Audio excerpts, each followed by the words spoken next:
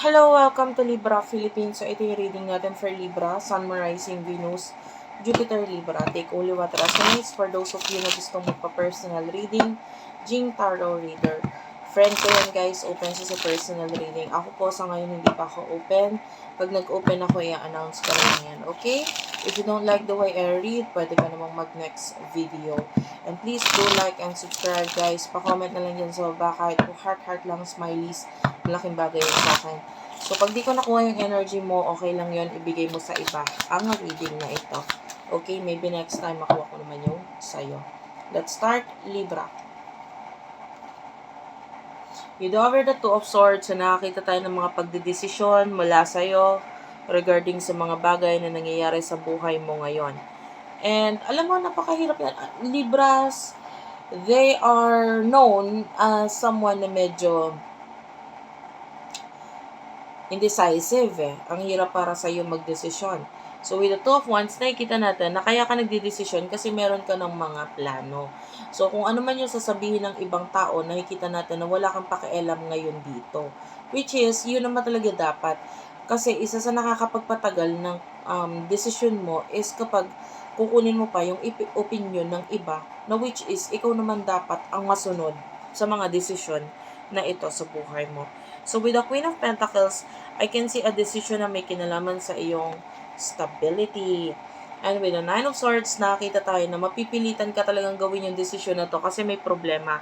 Kung hindi dahil sa problemang to, hindi mo ito ipupush or hindi mo gagawin itong desisyon na to. So, part of you is that panahon na mismo ang magtutulak sa'yo gumawa ng isang desisyon dahil sa experience na hindi maganda or problema or stress na nai-experience mo na ngayon dito. And you do over the Nine of Wands, challenge talaga ito sa buhay mo para matutunan mo with the Eight of Cups kung paano umalis sa iyong comfort zone. And yeah, you do have your Justice at the bottom of the deck. This is Libra energy. So nakikita natin dito yung um, pagiging Libra mo, no? Gusto mo maging Libras are known for being peacemakers. Gusto mo at peace lang ang lahat. Pero eto na yung time na parang nasa war zone ka eh. Mapipilitan ka talagang gumawa ng mga action na hindi mo akalaing gagawin mo. Pero ito yung mas magbibigay sa'yo ng mas magandang future para sa'yo. Yung iba sa inyo, natutunan mo kung paano maglagay ng boundaries sa sarili mo. Kasi masyado kang bigay ng bigay, give ng give, tapos kung ano, minsan yung iba, para sa'yo na ibibigay mo pa sa iba.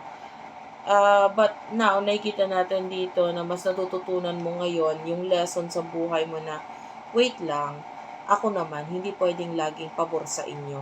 And you do over the angel number 888, which is that is a very beautiful number.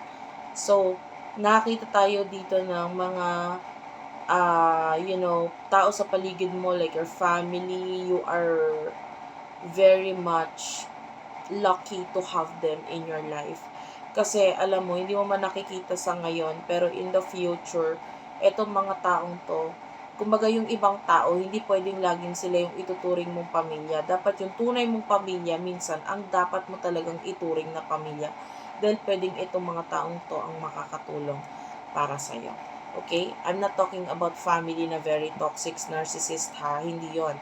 May nakikita tayong parte ng pamilya mo na sila talaga yung totoong nagmamahal at tutulong sa'yo. Okay? So, sino yung person na nakakonect mo pagdating sa love?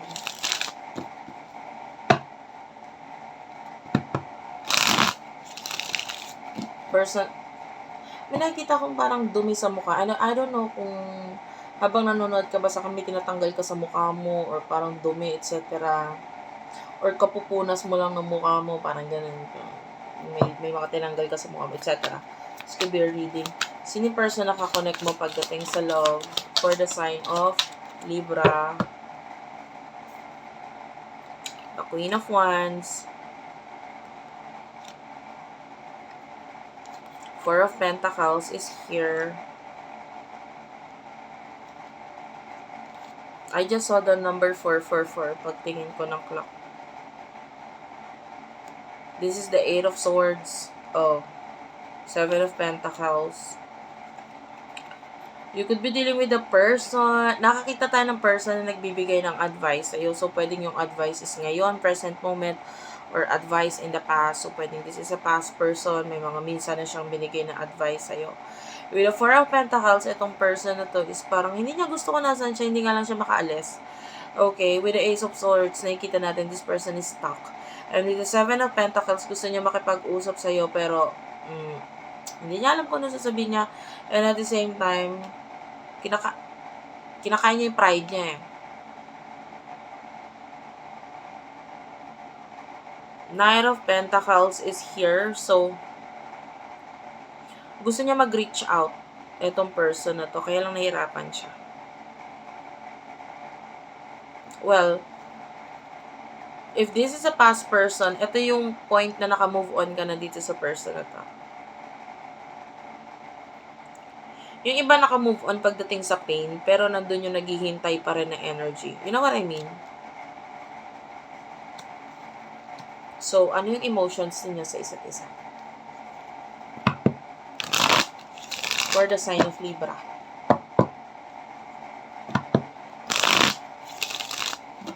For the sign of Libra.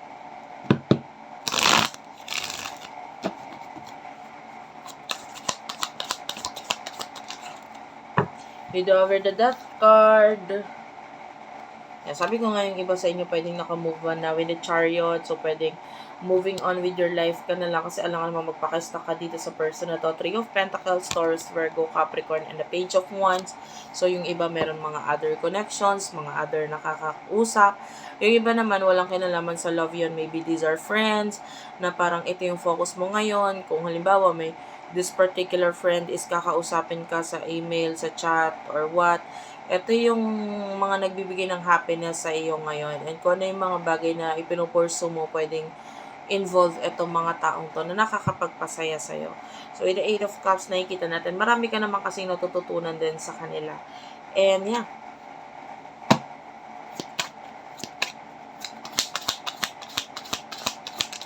Emotional person ito, nakakonect mo. The Queen of Cups, of course, this person loves you, mahal ka niya. And with the Fool, kaya lang feeling niya napakatanga niya kasi sa mga actions niya in the past, hindi nakatulong to sa connection ninyo. Because ito pa nga naging dahilan para mawala ka sa kanya. So with the Three of Swords, I feel like there's an involvement of a third party situation. Three of Swords, sobrang nasasaktan yung person na ito. Hindi niya akalain na akala niya sa una magugustuhan niya yung sitwasyon na yun, pero hindi pala. So, nakakita tayo dito ng panghihinayang at pagsisisi. And with the Nine of Pentacles, Taurus, Virgo, Capricorn energy, yan, nakikita natin, alam mo itong person na to, somehow siya yung nakatulong para magkaroon ka ng success or part of you is may masasabi ka sa buhay dahil sa kanya. Maybe may kinalaman sa advice niya or etc. But I feel like itong person na to, siya yung tumulong sa'yo in the past. Pero ngayon kasi wala na nga siya. So, ikaw, nakikita natin, nagpo-focus ka na naman sa mga taong makakatulong ulit sa'yo para magkaroon ka ng growth sa buhay mo. Okay? So, nakakatuwa yung energy mo kasi masyadong positive. Okay, well, dapat naman talaga. In the future. In the future for you, Libra.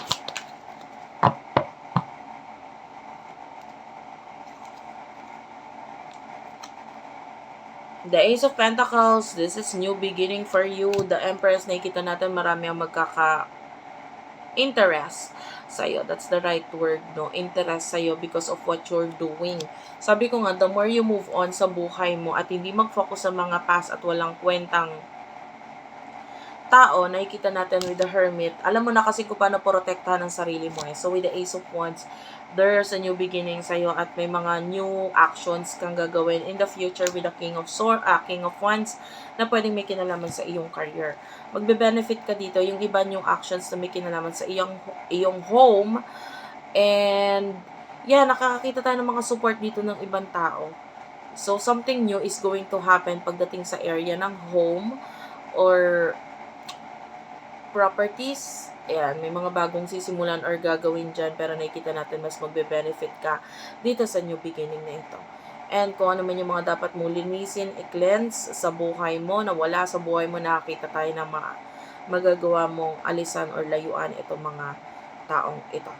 Okay? So, thank you for watching, guys. I love you all and bye-bye.